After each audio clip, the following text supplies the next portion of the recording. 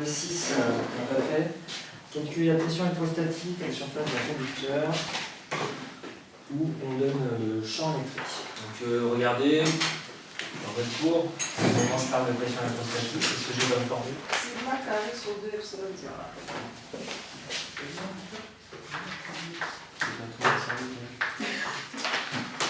Théorème de Coulomb.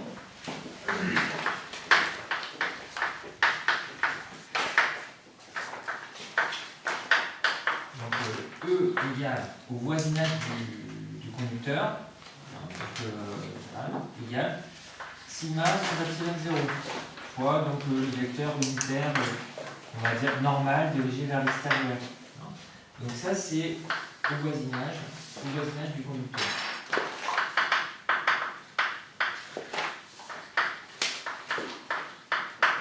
Bon, c'est bien ce qui nous intéresse pour la pression électrostatique. Donc, qu'est-ce que vous en déduisez? Vous combinez ces deux formules ensemble. La pression, c'est donc quoi en fonction du champ électrique? Et après, on fait l'application numérique. Allez-y, vous faites même l'application numérique, puisque vous savez que pour faire des applications numériques, il faut avoir en tête, bon, je vous rappellerai, 1 sur 4 epsilon 0, qui vaut à peu près 9 sur 10 puissance 9. On va noter aussi.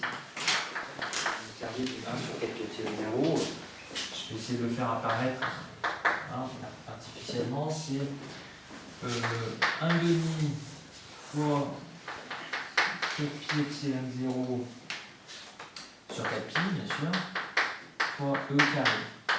Voilà, ça c'est pour faire l'application numérique. Donc ça fait 1 sur 8 pi fois l'inverse de 1 sur 4 pi epsilon 0, c'est-à-dire 1 sur 9 fois 10 puissance 9, voilà, et fois E au carré. Donc E, on dit c'est 10 puissance 4 volts par mètre. Au carré. Voilà. Le champ électrique dans l'air, entre cette hauteur-là et le sol, il y a à peu près 200 volts par autant. Il y a à peu près 200 volts de différence. Et il y a beaucoup plus par temps d'orage. Pourquoi je ne suis pas électrisé? Eh bien parce que moi-même je suis conducteur, donc je déforme les lignes de champ. C'est dans l'air, dans les isolants, vous avez ce gradient de tension, de potentiel électrique. Mais moi-même, étant conducteur, je déforme les lignes de champ. Donc j'ai les pieds au sol, mon potentiel c'est à peu près celui du sol. Et il est créé par quoi ce potentiel? Ben, par les charges dans la haute atmosphère. Vous avez des protons et des électrons qui nous sont envoyés depuis le Soleil, surtout, et puis le reste de la galaxie. Et quand ça arrive sur les molécules qui sont au sommet de l'atmosphère, ça les ionise, ça enlève les électrons, ça éjecte des électrons. Voilà, ça crée des particules chargées, ce qu'on appelle la ionosphère. Et du coup, il y a un effet de condensateur entre la haute partie de la haute atmosphère et puis le sol, une sorte d'effet de condensateur du coup d'un champ électrique en permanence. Bon, alors du coup, il y en a qui ont fait déjà le calcul, ça fait combien ça? Le 4,42 epsilon 4. Merci. Est-ce qu'il y en a un autre qui a trouvé ça?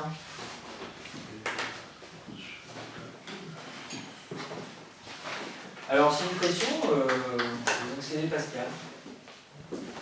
C'est aussi des joules par mètre cube. Bon, alors le 12. L'énergie d'une sphère électrisée. Je donne le rayon de potentiel. Quelle est son énergie électrostatique? Donc c'est un conducteur tout seul.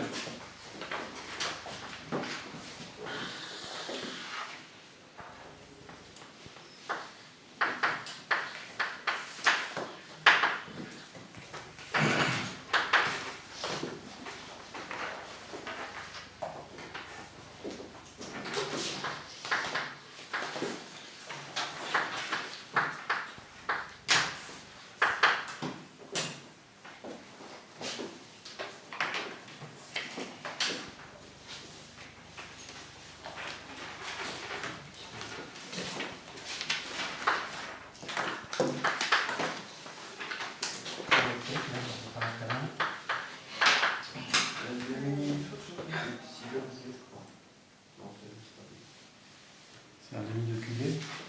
Un demi de QV, d'accord. Alors, oui, on peut l'écrire comme ça. Alors, ok. Un QV. Voilà. On peut faire ça. Et puis, éventuellement, si vous remplacez Q par CV, il y a d'autres formules équivalentes. Ça va aussi bien faire ça. Alors, bon, bah, vas-y, Q, comment on fait pour calculer Q si V est imposé?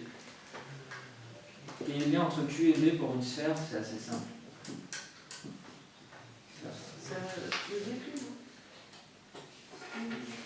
Alors, c'est conducteur, donc le potentiel électrique est le même partout.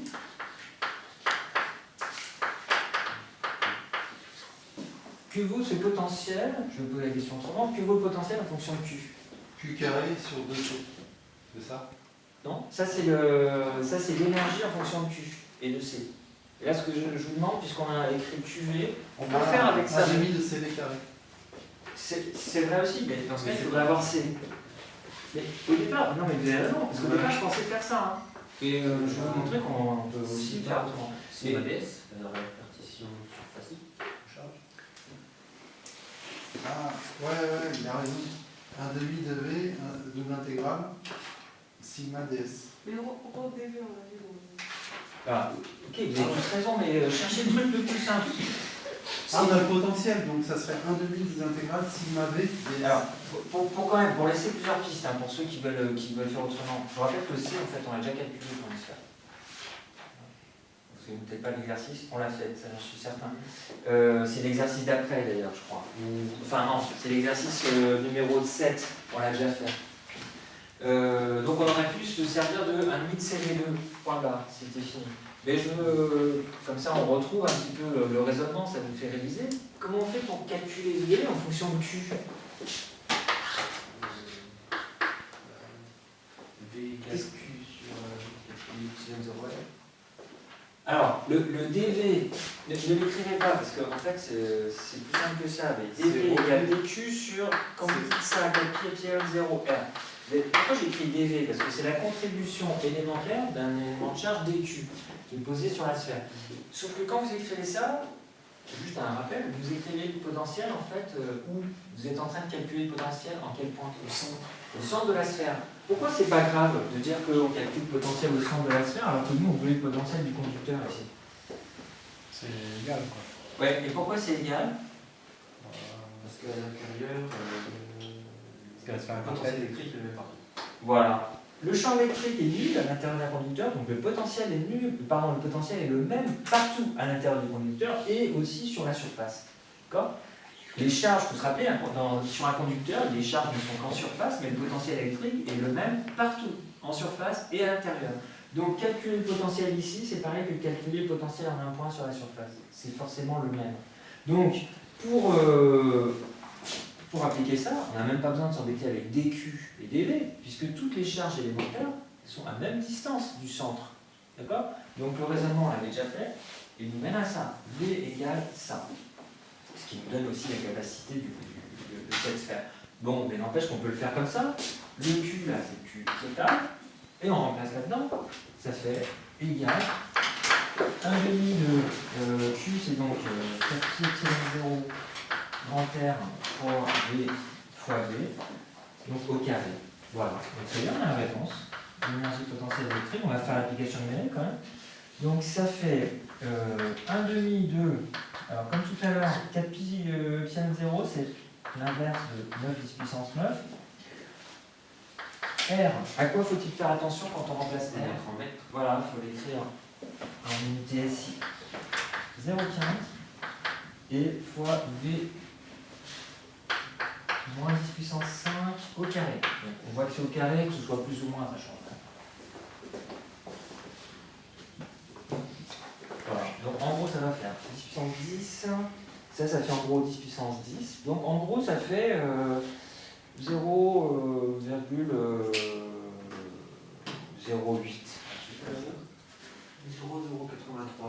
Voilà. Si, parce que j'ai dit 0,08, hein. Donc en ordre de grandeur c'est bon, donc je vous fais confiance, c'est bien ça. Donc c'est une toute petite énergie. Un fort potentiel dessus, mais finalement il y a très peu de charge et donc très peu d'énergie dessus. Voilà. Un conducteur tout seul contient très peu de charge, d'où l'utilité des condensateurs. on rajoute une deuxième couche, là, on augmente beaucoup la capacité. Même si les capacités des condensateurs classiques sont de l'ordre du micro ou du millifarad. Hein, et c'est quand même énorme par rapport à ça. Voilà. Donc là, c'est quelques applications directes du cours. Le 14 aussi, c'est extrêmement rapide. C'est les formules de la semaine dernière, c'est association de condensateurs.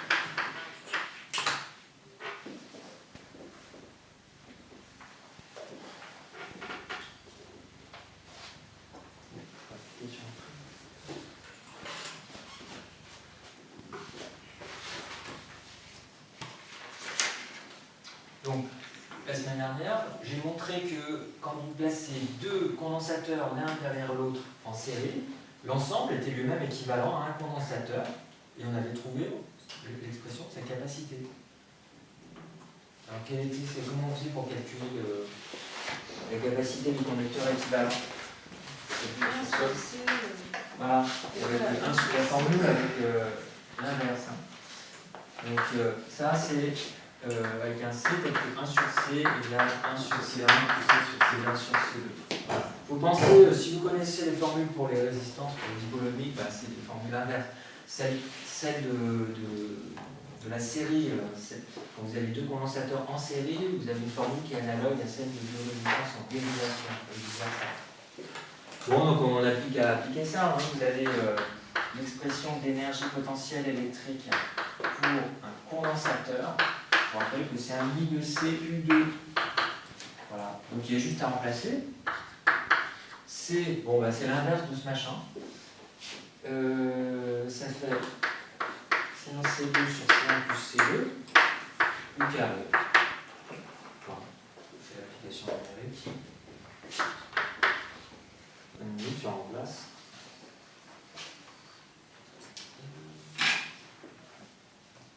Trois micros, 5 microphares. Donc,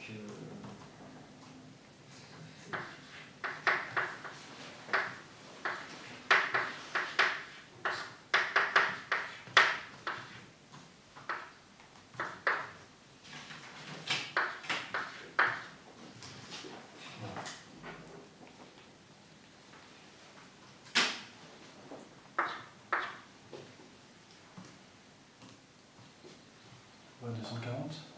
vous l'avez trouvé? Ouais, 240. 240 joules? C'est beaucoup, finalement. Non, c'est pas possible. 10 moins 4. Est-ce qu'il y a un 10 Combien 200 8,43 10 moins 4. Ouais, je fais l'inverse. Alors, 8,4, 10 moins 4. C'est une petite énergie. Est-ce qu'il y en a un autre qui trouve ça? Qu'on laisse pas une erreur au tableau. Non, j'ai inversé la fraction.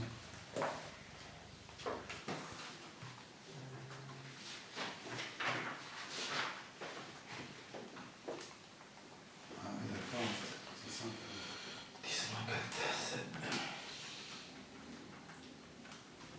C'est ça? Ouais, c'est ça. Ok. Voilà. Bon, en dérivation, allez-y.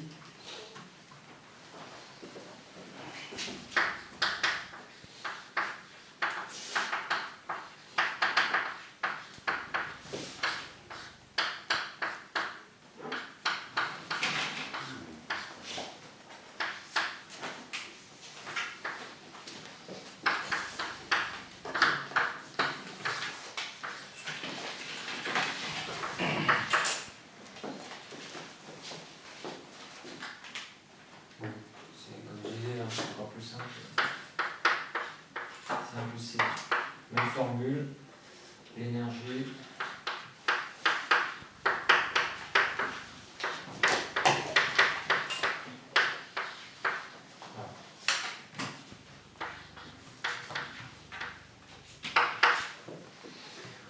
Donc ça fait 1, 2, 8, moins 6, fois 30 au 4. Ça fait 6, 6, 6 moins.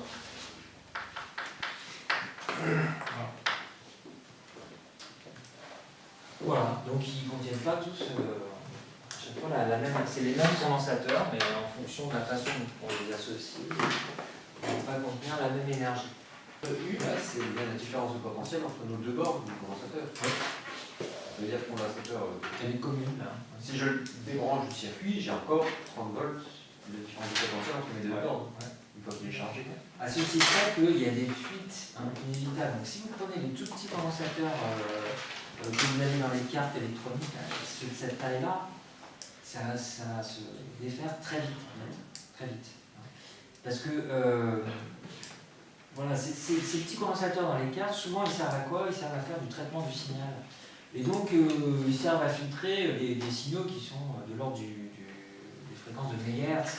Donc tant qu'ils ne se déchargent pas sur une durée de l'ordre de mégahertz, ça veut dire 10-6 secondes, la microseconde, c'est bon. Donc ils ne sont pas tellement travaillés pour éviter les courants de fuite. Par contre, si vous prenez un condensateur dit électrochimique de l'ordre d'une centaine de farad, d'un farad, là, vous allez pouvoir attendre 1 minute, 2 minutes, il ne sera toujours pas déchargé. En gros, plus il est gros, moins vite il va décharger. Si vous prenez des tout petits condensateurs, ça décharge très très vite. Parce que ça dépend de l'utilité. Les batteries de condensateur pour redresser le facteur de puissance en industrie, il ne faut pas les toucher avant un certain temps. En fait. Ouais, c'est ce qui est comment. Ouais. Je dirais même normalement ils sont mis sur des résistances de décharge quand on coupe l'installation. Justement. Ah, donc vous avez fait de l'électricité électrotechnique, tout comme ça? Ah oui, d'accord. Oui, vous voyez ce que c'est. C'est bon? Voilà, ça c'est des applications assez directes du cours, il n'y a pas d'intégrale. Voilà. Alors qu'est-ce qui reste? Alors le 11 est l'intégrale, le 10, il n'y a pas l'intégrale. On avait dit tout à l'heure que le potentiel électrique, donc retenez l'astuce, rappelez-vous que pour un conducteur, calculer le potentiel au centre, c'est calculer le potentiel partout. Donc on avait dit V c'est Q1 sur 4 epsilon 0 R1. Bon là si on vous donne V et que vous voulez Q1, juste faire passer le 4pi au générateur. 4 epsilon 0 R1 V1. Voilà. Et de même bien sûr Q2 égale 4 epsilon 0 R2 V2. Voilà. Bon alors maintenant on rajoute le fil conducteur entre les deux.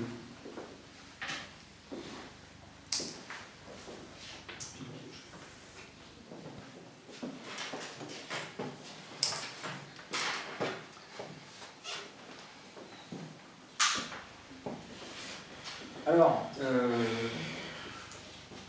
si ce fil est connecté bien connecté sur les deux boules en même temps, qu'est-ce qu'on peut dire des potentiels, des nouveaux potentiels des boules? C'est un fil parfaitement conducteur. Le potentiel de V1 la même. Voilà, le potentiel est le même partout. Donc, V1 moins V2 égale à 0. il n'y a pas de A et B, c'est 1 et 2 là. C'est V1. Au départ, vous avez V1 et V2, voilà, qui sont a priori différents. Et si vous rajoutez un fil conducteur entre les deux, c'est V1 devient égal à V2. V1 est égal à V2. Voilà, alors on va mettre des primes pour différencier la situation initiale de la situation finale. V'1 égale V'2, ce sont les nouveaux potentiels électriques. Alors, par contre, il peut y avoir des charges qui sont placées, mettons que le fil soit trop fin, les charges ne peuvent pas rester dessus. Il y a des charges qui peuvent passer de V1 à V2, ou vice-versa. Par contre, qu'est-ce qu'on peut dire de la charge totale? La charge totale reste la même. Voilà, c'est la conservation d'un truc qu'on admet en physique, hein, la charge électrique. Une charge électrique ne disparaît pas dans l'univers. Vous pouvez avoir de la masse qui disparaît, vous pouvez avoir des réactions nucléaires, une masse peut varier, mais alors la charge électrique, on n'a jamais vu d'expérience où la charge électrique disparaît. Donc c'est un truc qu'on a admis en physique. La charge électrique totale ne peut pas changer. Bon, donc conservation de la charge.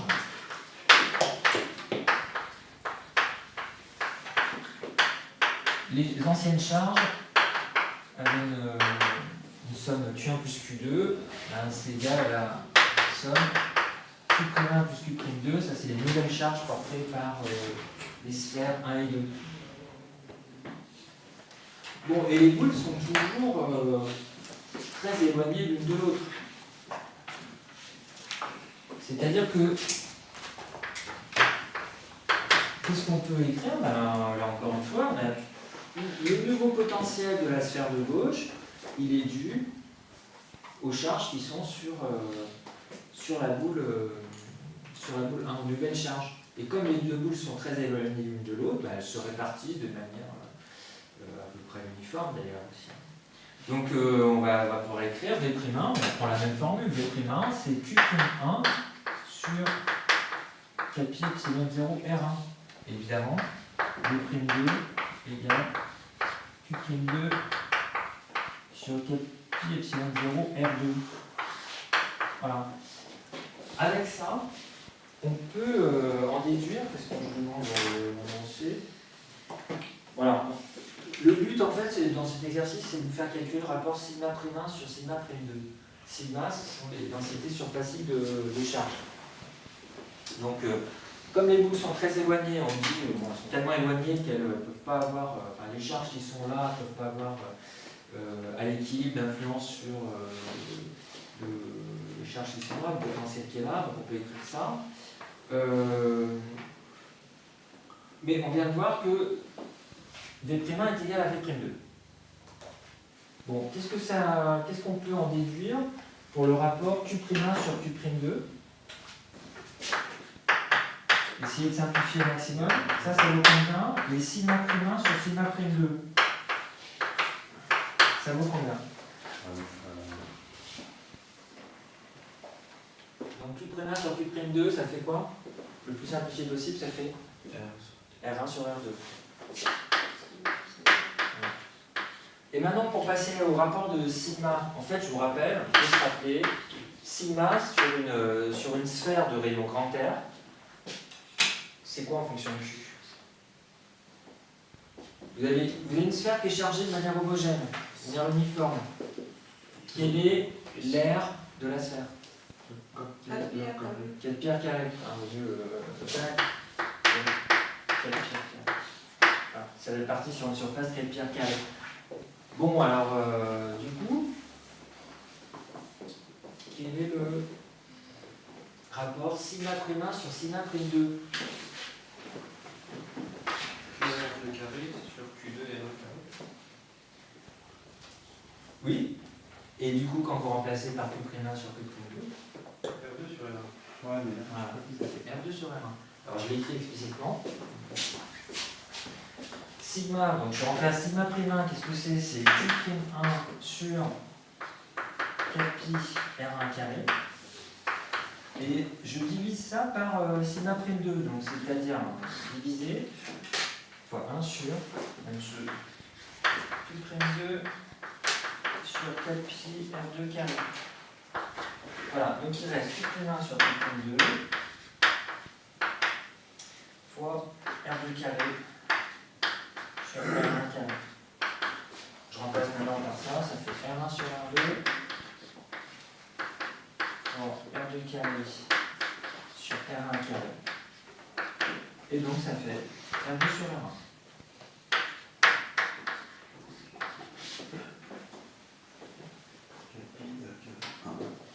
Après, quand les boules sont connectées, vous pouvez enlever le fil. Hein. Vous voyez, elles sont dans leur charge.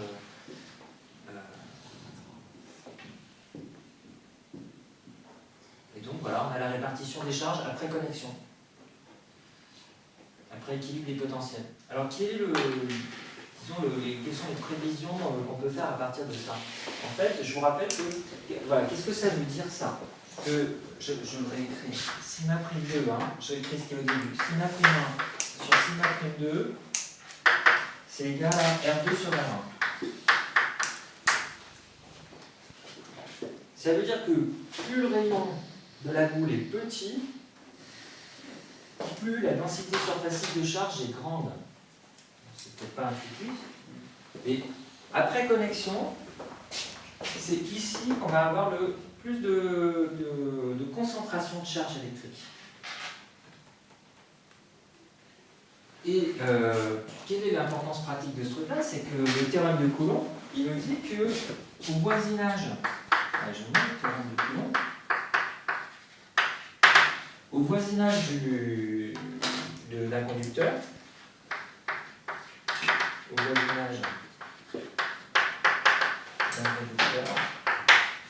on a E égale, en norme, sigma sur epsilon 0. C'est-à-dire que le rapport E'1 sur E'2, c'est le même que le rapport des sigma prime 1 sur sigma prime 2. Et donc c'est égal à R2 sur R1. Donc c'est à l'endroit, c'est au niveau de la surface de la petite boule que le champ électrique va être le plus grand. Donc attention, le potentiel électrique est le même partout sur un conducteur, quand ils sont reliés c'est le même conducteur, mais le champ électrique au voisinage du conducteur n'est pas le même partout. Donc application concrète, vous avez un piolet dans votre sac à dos, et ben c'est au niveau de la pointe du piolet que le champ électrique est le plus important. Alors pourquoi je dis un piolet? Parce que quand on fait de la haute montagne, on sait que partant d'orage, il vaut mieux se débarrasser de tout ce qui est métallique. C'est vraiment une opération sur vous. Vous êtes en montagne, vous avez un super fort orage, et bien vous allez entendre des grésillements au niveau de tout ce que vous partez de métallique. Alors là, quand vous entendez ça, il faut s'inquiéter. Il vaut mieux s'en débarrasser, le mettre à l'écart, et vous placez sur votre sac, vous mettez en position accroupie pour que, en cas de décharge, vous ayez moins d'électricité qui passe par le cœur, etc. Position accroupie, voilà. S'il y a quelque chose qui vous arrive par la tête, au moins ça passe par le bras, ça va au sol. Et vous évacuez tout ce qui est métallique. Pourquoi? C'est cette formule qui le dit. Tout ce qui est métallique et surtout tout ce qui est pointu va faire apparaître un champ électrique très important. Pour un potentiel donné, le champ électrique il va être maximum à l'endroit où c'est pointu. Donc c'est aussi le principe des paratonnerres. Vous avez une masse métallique, vous faites partir une tige, et au bout de la tige, vous mettez vraiment un truc très pointu. À l'endroit où c'est très pointu, le champ électrique va être très important. Donc qu'est-ce que ça a comme importance que le champ électrique soit grand? À l'endroit où le champ électrique est le plus important, c'est là que préférentiellement les molécules d'air vont être ionisées et qu'il va se créer un canal conducteur qui va éventuellement déboucher sur, qui va pouvoir déclencher l'éclair. Donc l'idée pour le paratonnerre, c'est là au contraire de forcer le passage de l'éclair à un endroit pour éviter qu'il tombe juste à côté. On préfère qu'il passe sur le conducteur métallique du paratonnerre plutôt que sur la maison à côté. Bon, quand vous faites de l'alpinisme, vous n'avez pas intérêt à jouer le rôle du paratonnerre ou ce que vous portez. Donc vous évacuez tout ce qui est métallique et pointu. Voilà, c'est ce qu'on appelle le pouvoir des pointes. Donc longtemps ça n'a pas été compris ce truc-là, c'est un but de ces petites équations d'électrostatiques. C'est bon pour celui-là? Voilà, donc encore pas d'intégrale pour s'échauffer. Et maintenant, il faut venir un petite intégrale numéro 13. Voilà, on a presque tous fait, il reste le 11 sinon. Donc j'ai de faire le 13. Qu'est-ce qu'il faut qu'en VR égale à V2 c'est encore lequel des potentiels? C'est le même, pourquoi? Parce qu'à partir Je du veux moment... dire, c'est lequel pour ce qui est fait l'application numérique. Là j'ai pas mis la vidéo. J'ai dit l'application numérique. Non, parce qu'en moi, dessus, il y a la numérique. Par exemple, quand Attendez, le film, V1 prime, c'est égal à quoi? Ah, ben alors, oui. Il prend la valeur ok. de V1 ou... En fait, ça veut dire, vous me faites penser que j'ai pas répondu à toutes les questions, mais ouais, j'aurais pu, j'ai déterminé V', on n'en a pas besoin pour ça.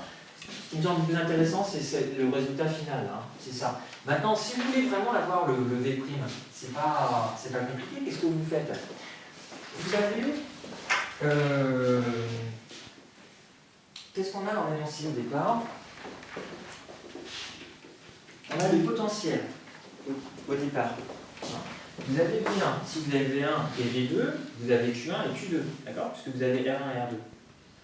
Donc vous avez Q, la charge totale, Q. La charge totale Q, c'est aussi, on peut l'appeler Q top. C'est aussi Q' plus Q'2. D'accord? Donc, à partir de là, ben, vous dites, ça, c'est égal à ça, c'est ce truc-là, et la somme des deux, c'est une valeur qui est connue.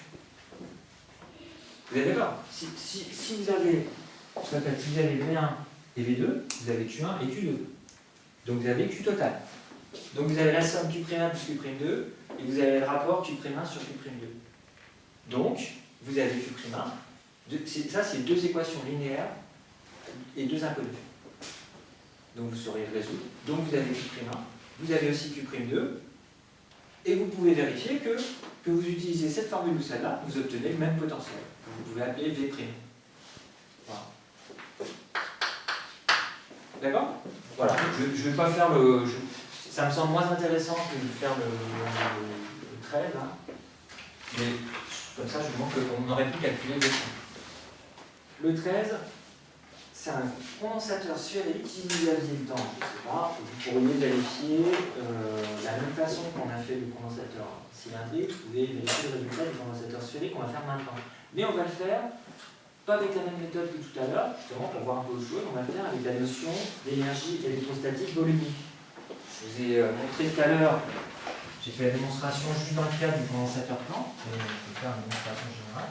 L'énergie volumique électrique, l'énergie potentielle électrique, l'énergie électrique, c'est 1,5 de epsilon 0 fois E carré. Ça c'est l'énergie volumique.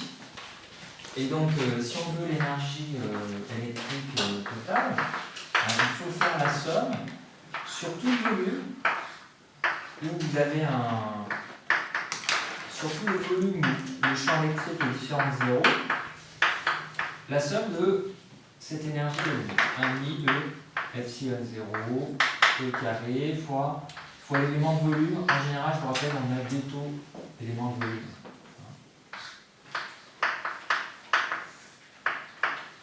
On n'a pas d'EV parce qu'en électrostatique, l'EV c'est potentiel. Voilà. Bon, donc c'est un condensateur sphérique. Ça veut dire qu'il faut, première chose à faire, bah tiens, comme ça on l'aura déjà fait, calculer le champ électrique en un point de distance R par rapport au centre.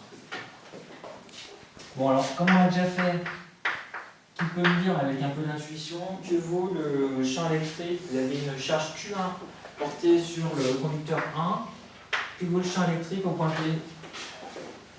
On ne va pas refaire le raisonnement, normalement il faudra faire comme d'habitude, symétrie, invariance, surface de Gauss, théorème de Gauss. Le résultat de tout ça, c'est quoi? Que tout se passe comme si la charge était concentrée en un point au centre. Voilà. Et c'est radial, ce sont les symétries. Du coup, on ne fait pas comme tout à l'heure, on ne commence pas à faire la théorème de Gauss. Juste parce qu'on l'a déjà fait. On a fait exactement cet exercice-là. Voilà le résultat. Alors, là on a besoin en fait que de la norme d'ailleurs du champ électrique. Et donc il faut calculer ça. Alors c'est pour ça que je disais, voilà, c'est un petit peu plus costaud, parce qu'il y a l'intégrale, mais peut-être ça vous fait pas peur quand même. Il faut calculer une intégrale où ça apparaît au carré. Hein, et on est en symétrie sphérique, donc comment on fait évidemment, c'est les coordonnées sphériques qui sont adaptées. Voilà ce qu'il faut calculer comme intégrale. l'énergie électrique totale. Où est-ce qu'il est non nul, le champ électrique? Uniquement ici, dans l'espace qui est vide. Dans les conducteurs, le champ électrique, il est nul. C'est que dans le vide qu'il est non nul, le champ électrique. Donc, je vous ai dit, soit vous exprimez l'énergie électrique en fonction des charges qui apparaissent ici et là, ou en fonction du potentiel ici et là, soit vous utilisez le champ électrique. Et dans ce cas, l'énergie, on considère qu'elle est contenue dans le vide. Bon, c'est ça qu'on est en train de faire. Donc il faut calculer ça. Évidemment, le epsilon, c'est une constante, je le sors. Il reste à calculer sur tout ce volume-là, intermédiaire entre les deux sphères, E carré, c'est-à-dire tout ça au carré, Q1 carré sur K 0, R carré fois D2. Bon. En fait, je reprends, ouais, c'est mon E. R2, il n'aurait pas dû s'arrêter juste. D'ailleurs, excusez-moi, je corrige mon truc parce que j'ai oublié le carré ici. Et c'est au carré, donc c'est R4. Tu as un carré, tac, tac, tac. Ça, c'est bon. Et maintenant, oui, votre question? Le R2, il ne devait pas s'arrêter juste avant la. Oui, merci. R2, c'est au bord de l'armature intérieure du conducteur 2. La surface intérieure du conducteur 2.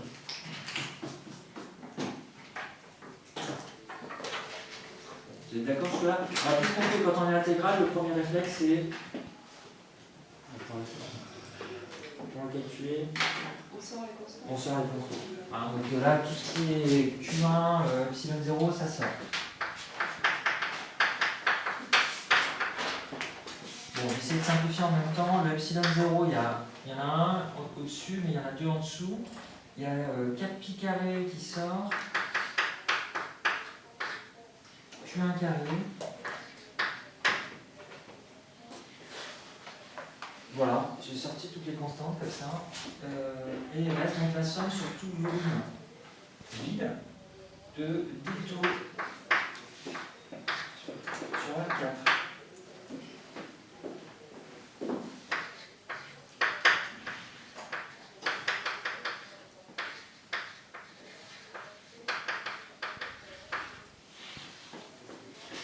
Voilà. Bon, donc c'est ça le plus dur sans doute. Qu'est-ce que ça fait ce machin-là? Donc il reste juste à calculer cette intégrale. Donc c'est une intégrale à trois dimensions. Voilà, ici, de le faire le début sur moi. On est en coordonnées sphériques. Comment s'écrit l'élément de volume en coordonnées sphériques? Il y a trois variables R, θ, phi, si vous voulez.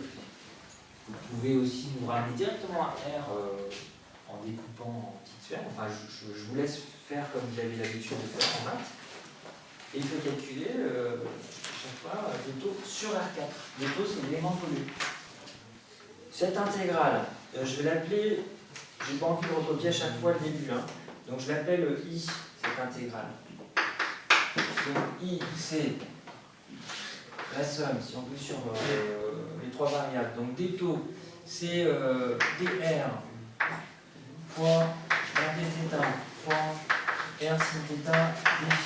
Voilà, je l'écris de manière un peu géométrique. Sinon, un mathématicien dirait le jacobien de la transformation intégrale z vers coordonnée polaire égale temps. Vous avez fait le jacobien, non? Non? Pas de nom. Bon, on va faire. Les intégrales multiples, vous avez fait en maths? C'est un sur R carré là pour D1, c'est ça? On va dériver. Non, ça c'est l'élément de volume des taux. Là. Ce que je viens d'écrire, c'est juste le taux, un élément de volume. Hein, ça, c'est ce que vous trouvez dans votre formulaire. C'est ce que j'ai là. Mais On vient les deux. Sur R4. C'est l'élément de volume, c'est des taux sur R4. Le D taux, c'est ce que vous avez dans votre formulaire. Donc après, on regarde quelles sont les variables dépendantes ou pas. Alors le défi est tout seul. Hein, je somme, voilà, j'écris somme sur les défis entre 0 et 2pi, fois somme sur dθ, sin θ entre 0 et pi, hein, pour θ. Et puis somme sur R de dr sur R. Voilà, entre R1 et R2.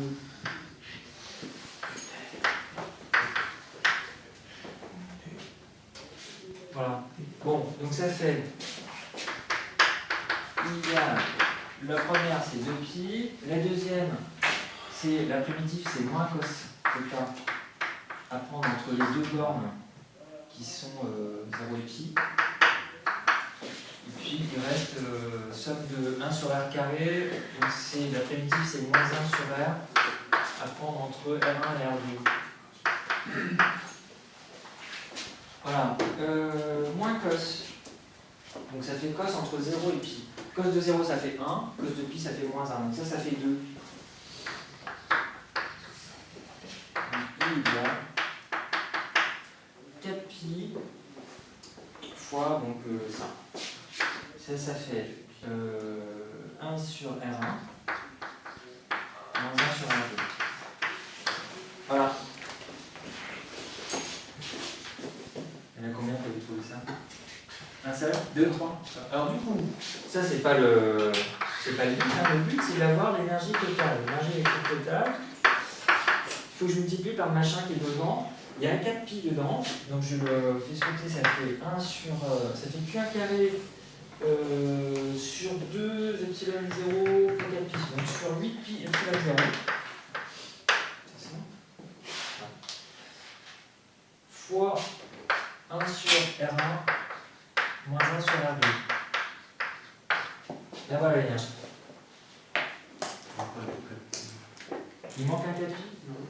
Le pi en fait, il y a le 4pi qui est là, qui simplifie avec le 4pi carré. Ça fait 1 sur 4pi carré. Bon alors, ça c'est à comparer pour avoir la valeur de la capacité. Je vous rappelle que c'est aussi égal à Q2 sur 2C. Donc je mets là à titre de comparaison, ça c'est le résultat de notre calcul. Il est comparé à ça pour avoir C. Donc on va en déduire C, juste en identifiant les termes.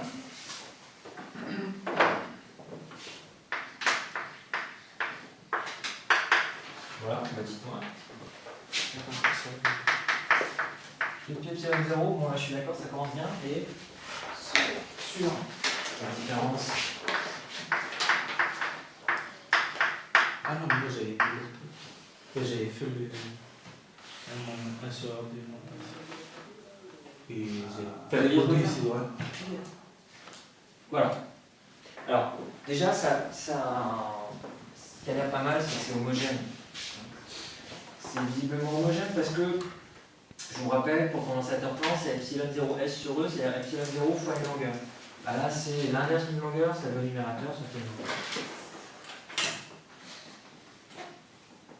Voilà, donc c'est ça que vous pourriez retrouver d'une autre façon. Là regardez, l'idée c'était quoi? C'est on a comparé deux expressions de l'énergie électrostatique. Ça c'est l'expression générale à partir de la capacité d'un condensateur. Et ça c'est l'expression qu'on obtient directement à partir du champ électrique. On compare les deux. Bon.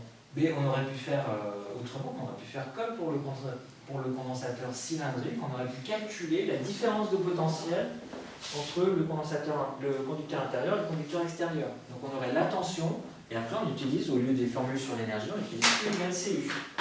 Et on doit obtenir bien sûr la même formule, c'est bien celle-là. Voilà. Donc c'est là que je disais, si vous avez un petit peu de temps, c'est toujours mieux quand on travaille l'équipe sur un, si vous avez un peu de temps, essayez de démontrer ça. Donc, à retrouver en calculant V1 moins V2. D'accord? Et après, vous appliquez Q égale Q, c'est-à-dire U1, puis Q1 égale C fois U1. Voilà, et en vous inspirant de ce qu'on a fait avec le condensateur cylindrique. Comme ça, si vous êtes capable de le faire, j'aurais vérifié que vous avez compris.